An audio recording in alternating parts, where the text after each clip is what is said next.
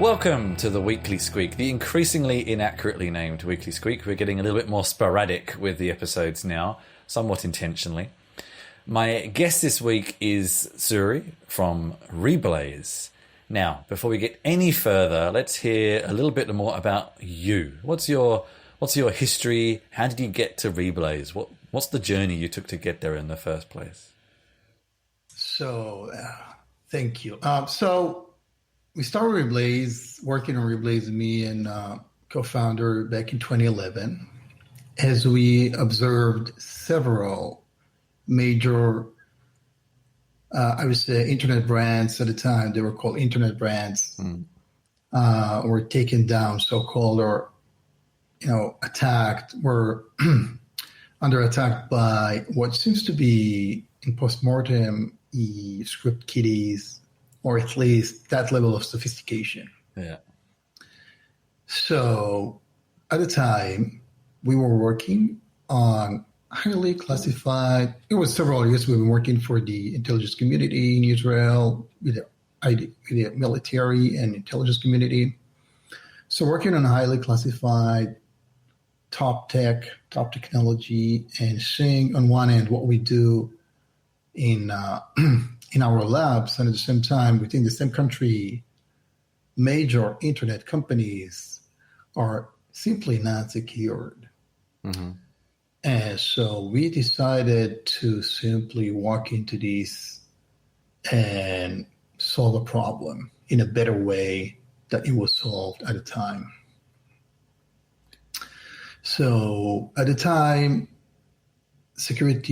web security was implemented using either deployed software on each and every server or appliances-based solutions, which leads to longer cycles of updates. And within that window of opportunity, attackers can take over as, a vulnerability being discovered, or any disclosure of say a bug or a 0-day being disclosed. From that point up until system is patched, system is vulnerable to that specific attack. So we came up with this idea of building this shield, what we called on a cloud, and instead of having the protection done at the end at the data centers, we'll do it on the cloud by routing all traffic to the cloud, and simply focusing on that and making sure that the cloud itself, the cloud platform, would be always up to date. So all the traffic goes through one platform that's always up to date and sophisticated enough to take care of all sort of attacks. So that was Reblaze. That was the idea, and this is what we're actually doing up until today, and willing to keep doing so for the foreseeable future. And is that kind of a history you come from securing services, securing applications in the past, or something more general? It was completely new to me at the time. I was coming from lower level, I would say, security, on the encryption level, on lower level protocols and so on.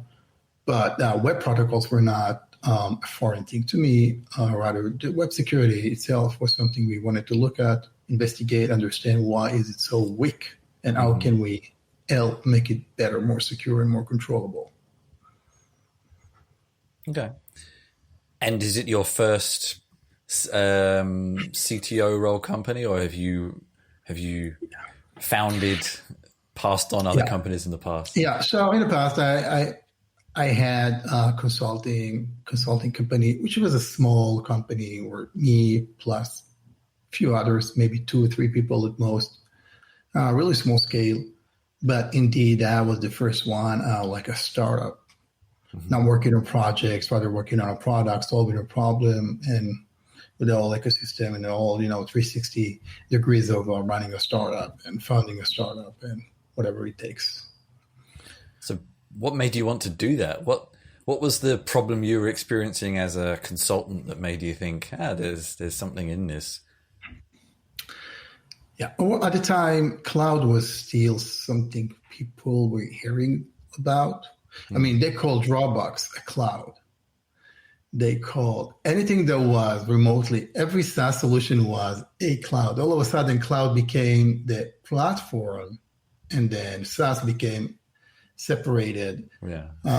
While, if you remember, right? So cloud is a concept of scalable, so virtually unlimited amount of resources that you can allocate. If you have, for instance, a DDoS, right? You're under DDoS attack, and you're within a data center, so you have 5 gigabits at the time. That was 5 gigabits was extremely high speed bandwidth.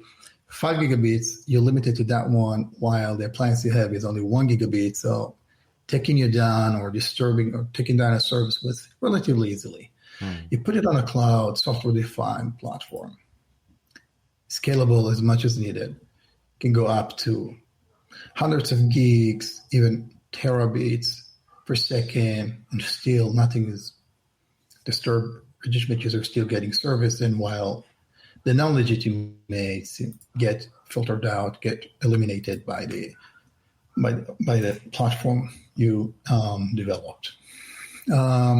So that was visionary at the time.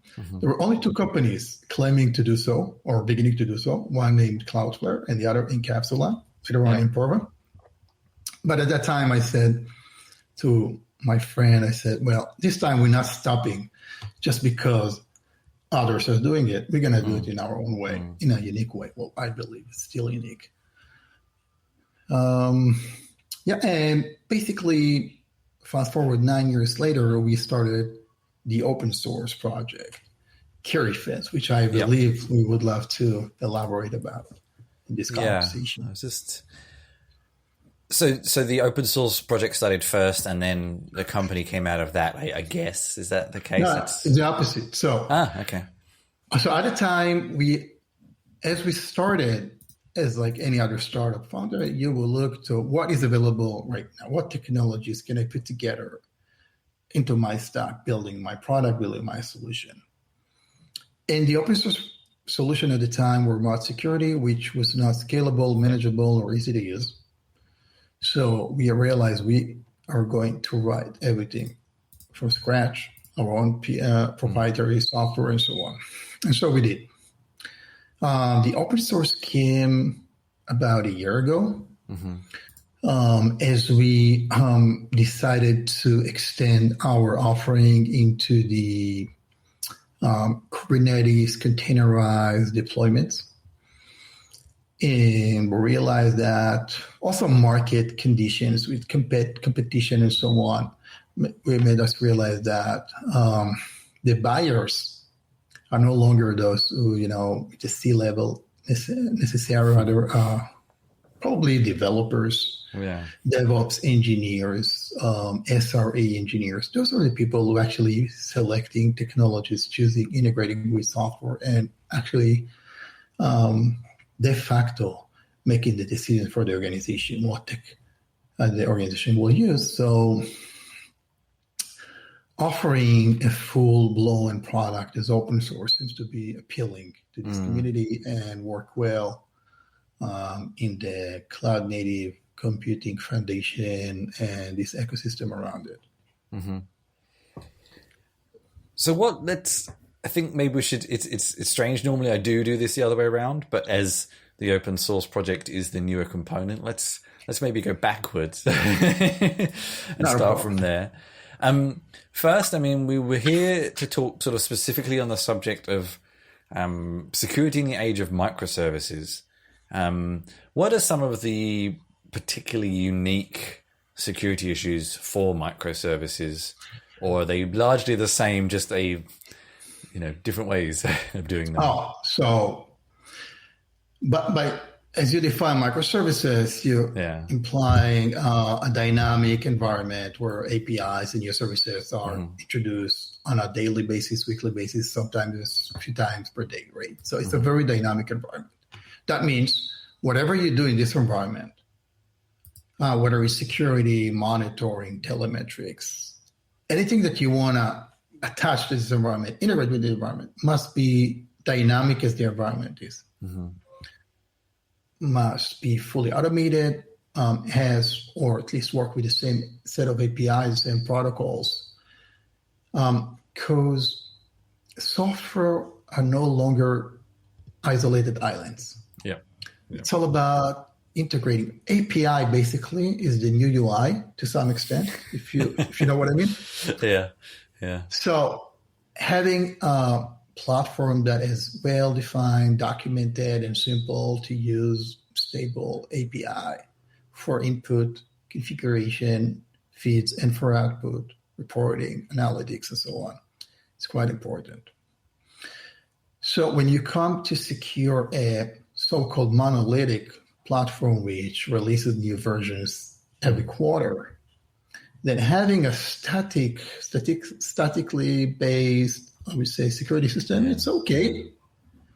All of a sudden, security itself must be dynamic, must work with the discovery services that you have within your deployment, and you introduce a new service. What policy will apply to that service by default if not configured otherwise, and so on and so forth. And also, the more we progress in software development and the more software development evolved in time, more and more, I would say, security concepts and implementation are taken or implemented by default by platforms themselves. Okay. MTLS, for instance, in service mesh and so on. Mutual TLS, it's all of a sudden the default choice. I mean, you should have a very good reason to disable that or try to work things. So when you come with security, you should look at what's already implemented, not to interfere, not to overlap, not to create conflicts. What is already there, what you're adding, come with a real unique proposition, added value to existing already, and also make things very easy to configure, easily configurable. So if I want to disable a feature, I want to make sure I can disable one feature without breaking the system or without disabling the entire functionality of pipeline. Okay. And so where does Reblaze aim to sit on top of all these options built in? Or is it also offering recommendations on some misconfigured things? Or is it filling in the gaps that those services don't provide, or all of the above, I guess? So I can tell you what we're not doing. Okay. So we're not focusing on or providing any solutions regarding the network or infrastructure configuration, because there are plenty of solutions out there, right? Our focus is on the application level. Web application, web services, API, backend services, and so on. From the application point, from the HTTP protocol point of view, providing session profiling, meaning a certain session has to follow a certain flow. For example, an API, you'll call this API call, and only then you will call the other one. And if attacker is, changing the order or focusing on a single API call, that's an anomaly that system will detect, for example. Rate, very sophisticated, I would say, rate limiting beyond what is, already available out there in the proxies such as Envoy, Nginx, and so on. So all those of rules, security rules, and ACL profiling, you can integrate existing feeds, threat intelligence feeds, blacklists, VPN, and all sort of, conditions and terms and rules that traffic will be classified in a certain way and labeled in another way, and depend on certain conditions. And all of that become into an integrated system that simply can, integrate with the existing microservices. You simply plug it into your proxy, sidecar, or ingress gateway, depending on the deployment, whether you're in an Istio or the service mesh environment, or just using the Envoy, for example, as a proxy. So single command line, applying the filter, and everything pops up. Now, whatever happens within the system, we output the data to the data store of your choice. It can be Elasticsearch, PostgreSQL, can be, obviously there is a built-in cloud storage for that one. all the metrics that takes place will go to Prometheus, and there is already dashboards for you in Grafana that you can customize and create your own and so on. So we're trying to make things easier and familiar to the user, and simply keep it simple, even though we're doing a lot of sophisticated stuff behind the scenes. Okay. And do you think that microservices have introduced more potential attack vectors, or bearing in mind that a lot of the services that comprise microservices have these built-in components, it's kind of roughly the same? That's a tricky question, because it depends on the design process, I would say. Yeah. How well things are designed and planned and executed. So if you build your microservice in a certain way that you have a baseline boilerplate that things will be built in a certain way no matter what they do, then you probably apply once and execute everywhere. Then as many microservices you will have, you're not weakening your system. However, you cannot protect what you don't see, right? So if the more complex system become, the more I would say a dead spot that you have, hidden, invisible spots that you need to make sure and take everything into account. So it's not the black and white, I would say. Fair enough. It depends is generally the answer to many questions. Yeah, but I'm just trying to say it depends on what. Yeah. Well, of course, yes. So, and the various solutions that you offer are firewalls, DDoS, bot management, global CDN, traffic control, API security, ATO prevention. Actually, firstly, I'm not completely familiar with what ATO prevention is. Account takeover. That's right. Okay. Yeah. Okay. So,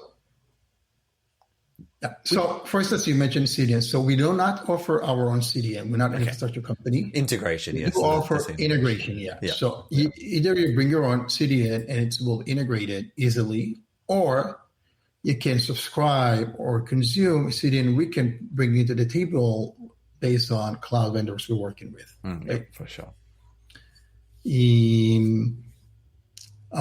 And indeed, when you talk about bot management, what we offer in bot management basically is starting with the profiling. Profiling your traffic, whether it's a bot or human, based on client-side validation that we do on a browser, mobile browser. Even for mobile native application, iOS and Android, we provide an SDK. So as a user hold a device, had to move the device with the gyro and rotate, move the device around, clicking, touching. You click on a keyboard, you type on a keyboard, you click on a mouse, or everything, the entire interaction of the user within the application, scrolling windows. User presence and interaction across the application on a timeline is something that we measure and monitor along with the data consumption made by the application. So across the timeline, we have always a reference point whether this request was generated by most likely a human interacting with the application or just automated bot. Right? So account takeover, for instance, is I would say each and every breach. For instance, let's say a few days ago, the Facebook one, right? Hundreds of... Yeah, which is an old one. This is often a thing when companies reveal breaches. They're not necessarily new, but... and yet. Yeah. So you get the data, and whomever, got their hands on the data, and now they have this database of users, emails, whatever. Sometimes it's also called passwords, right? Unhashed passwords, saved in database, or hash without salt, for example. And then attackers are, I would say, assuming and proven to be right so far that if a user is using his email and the birthday in one place, they're probably using it elsewhere, right? So what is account takeover? Simply, I'm going to major websites airline, traffic, retail, whatever, and simply taking those 50 million accounts that I have and trying what will match those other services. And this is done by, say, automated software. It's a super sophisticated software written by attackers, fully distributed. They will never send, some of them will never send the same request from the same IP. Yeah. So they got hundreds of thousands of IPs, millions of IPs allocated for them. And those are quite sophisticated attacks. So you need a behavioral analysis over what is legitimate application behavior, a session behavior to tell apart what is automated, what is aiming to the accounts rather than legitimate users and so on. Intensive data analysis that we do continuously to guess so far quite, I would say, quite right about what's legitimate, what's suspicious, and what is completely, absolutely obvious malicious. Out of all these attack and kind of, well, I think we could call them all attack effectively, yes. Or threats. Threats is possibly a better word, which is what you use. You offer protection against, which is the most common, or does it depend a little bit on sector to sector? Yeah. So I would say this in trend, if we're looking at a trend over a decade, which we do have a retrospective about it.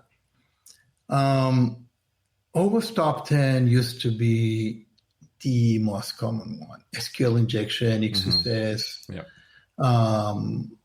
just trying to access remote file inclusion and so on. Somebody forget like a PHP script, admin PHP script on a server, whatever, right? It's still visible. It's still happening, right? Yeah. But I would say as the API took over the web and everything become an app, either on a phone and we do business, and everything we do is using. There is a REST API behind everything that we do, right? Almost anything. So this, I would say, the surface attack becomes so like order of magnitude much larger to find weak spots where we can find users' data, private data, and do whatever they want with it, from attackers' perspective. So bot attacks became the problem. Okay. I would say more than classic. I would say always top 10 threats. Also, many modern web framework already include built-in protection against XSS and SQL injection and so on. Yeah. So they moved to the other, And based on that and based on something you said earlier, what you're working against some very, very clever people who constantly probably surprise you and your team. What are some of the things you've seen in Reblaze's history that you can talk about that really just blew your mind? Like, wow, this is clever. All right, so let me just give you a story. An airline that we were onboarded while under attack. There was ongoing attack for almost 10 days. Yeah. In the summertime, high season, they were losing tens of millions of dollars a day, literally. Yeah. Just losing business, because the website wasn't functional. Now, you logged into the website from user perspective, everything seems to be intact, in place, everything legitimate. Yeah. It's not that the website was not available, timeout, slow, or whatever. Functionality-wise, it seems to be very well functioning. Everything is in order. However, nearly zero ticketing orders, bookings, right? And they tried using the tools they had. They brought in consulting firms and experts, and days and nights, literally, they called us while not sleeping for a few days, where they're almost unable to speak and express the situation. We say, okay, let us take a look at that. And by take a look, I mean we deploy a platform for you in the cloud. We're going to give you DNS, do the change, and let our system observe, analyze, and come up with some insights. And simply that's what happened. They route the traffic through our platform, and immediately things were back to normal. But I'm talking immediately. So they were happy, but we were happy as well, but wanted to understand what's going on. So we started looking into the data, and quickly we found the following. I don't know if you flew recently. I did not. But I remember back in the day when flights were a thing, you go on a website and you book a flight. They give you 5 to 7 to 8 minutes grace time that you can pick your seat. You pick your seat up until you complete your, you finalize the checkout, right? So someone or a team wrote software that simply was allocating those seats, all the seats on all the flights, all the time, few months in advance on a schedule. And they were doing so from unique IP for each and every request.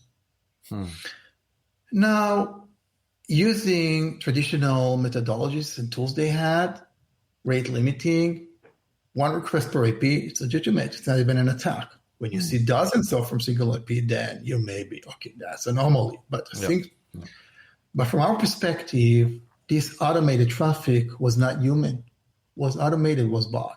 So by that very fact, we were able to immediately prevent the attack on the spot, let alone hitting the seat allocation API without having a history in the system of a user flow, searching for a flight, picking, searching, scroll. Okay, yeah.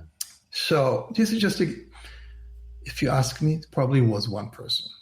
A few days or a week of work, and all they need was black market getting their hands on whatever, paying whatever crypto coin they wanted to, just getting access to a botnet, and then you can execute this sort of and causing millions of dollars a day damage to the company using a few hundreds of lines of code at most, my estimation.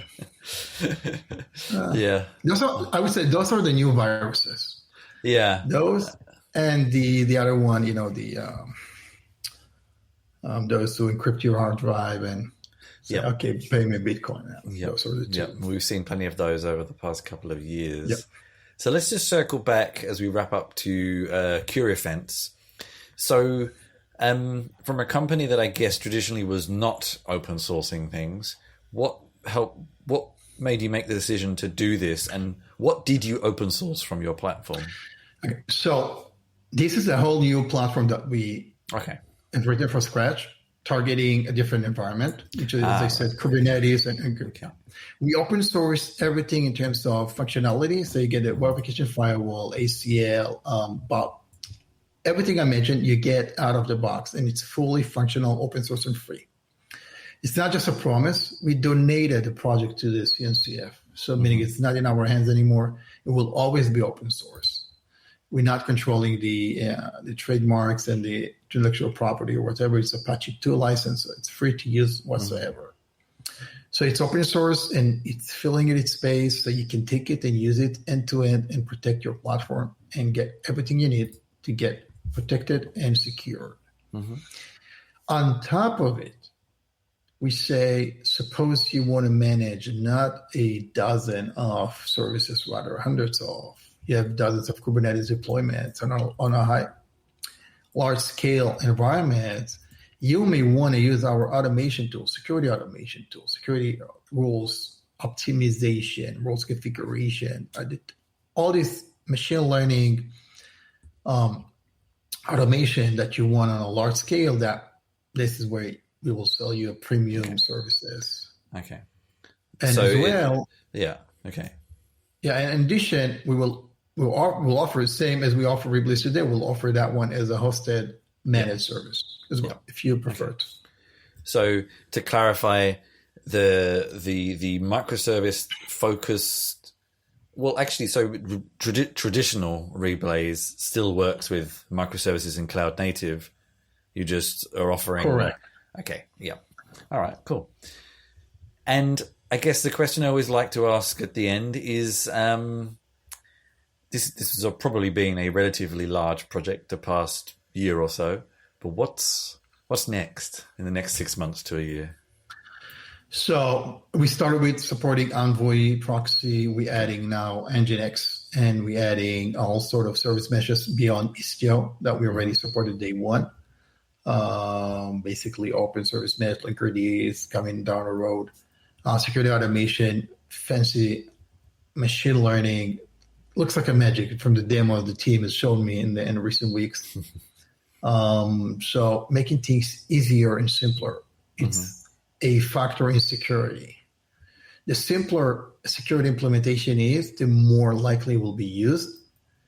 And over time, the more complex security solutions, the less likely it will be used. Therefore, less secure systems become. Yep.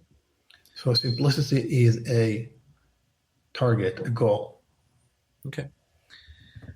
And for QRefence, is it something that you have completely kind of stopped focus on, and it's very much in the hands of the community, or is Reblaze still driving the roadmap? No. QRefence is our, I would say, poster child. We're investing in it, we're developing it, and we're looking into taking it to places. That's our tech. That's our front shield. So I guess the most important question there, which is always one I like to ask, is Reblaze using QRefence under the surface? So that's a great one. So one of the goals that we have is by the end of this year, a vast majority of our SaaS platform, which, by the way, process today roughly 12 to 14 billion requests per day. Okay, wow. Yeah, between 50 to 70,000 apps and websites are protected by us, right? So by the end of this year, 2021, a vast majority of our deployment will be already based on QRefence. Okay. That's something we are definitely looking into. That's our product. Yeah, I think that's a big job for you as well. So definitely. So just to wrap up, if anyone is interested in finding more, that's reblaze.com for the commercial offerings, and QRefence, spelt as in Madame Curie, which I gather is where the name comes from. QURIEFENSE. CU. What did I say? Cure. You say Q. Oh yeah. Okay, yeah. CURIEFENSE.io for QRefence, and also on GitHub. If anyone is interested in speaking with you in particular, are there any places, or you just the main Reblaze website? Yeah, they can, I got my Twitter, Tzury, Tzry. They can come on Slack. We got this Slack for community. You can go GitHub issue, can connect with me on LinkedIn. I'm everywhere. So I'm available. And I'm looking forward, actually, people to ask and participate. You just in case you don't need your own kind of denial of service fence, so people don't overwhelm you with requests. But anyway, thank you very much for your time today. Thank you very much, Chris. Pleasure talking to you. Thank you for having me.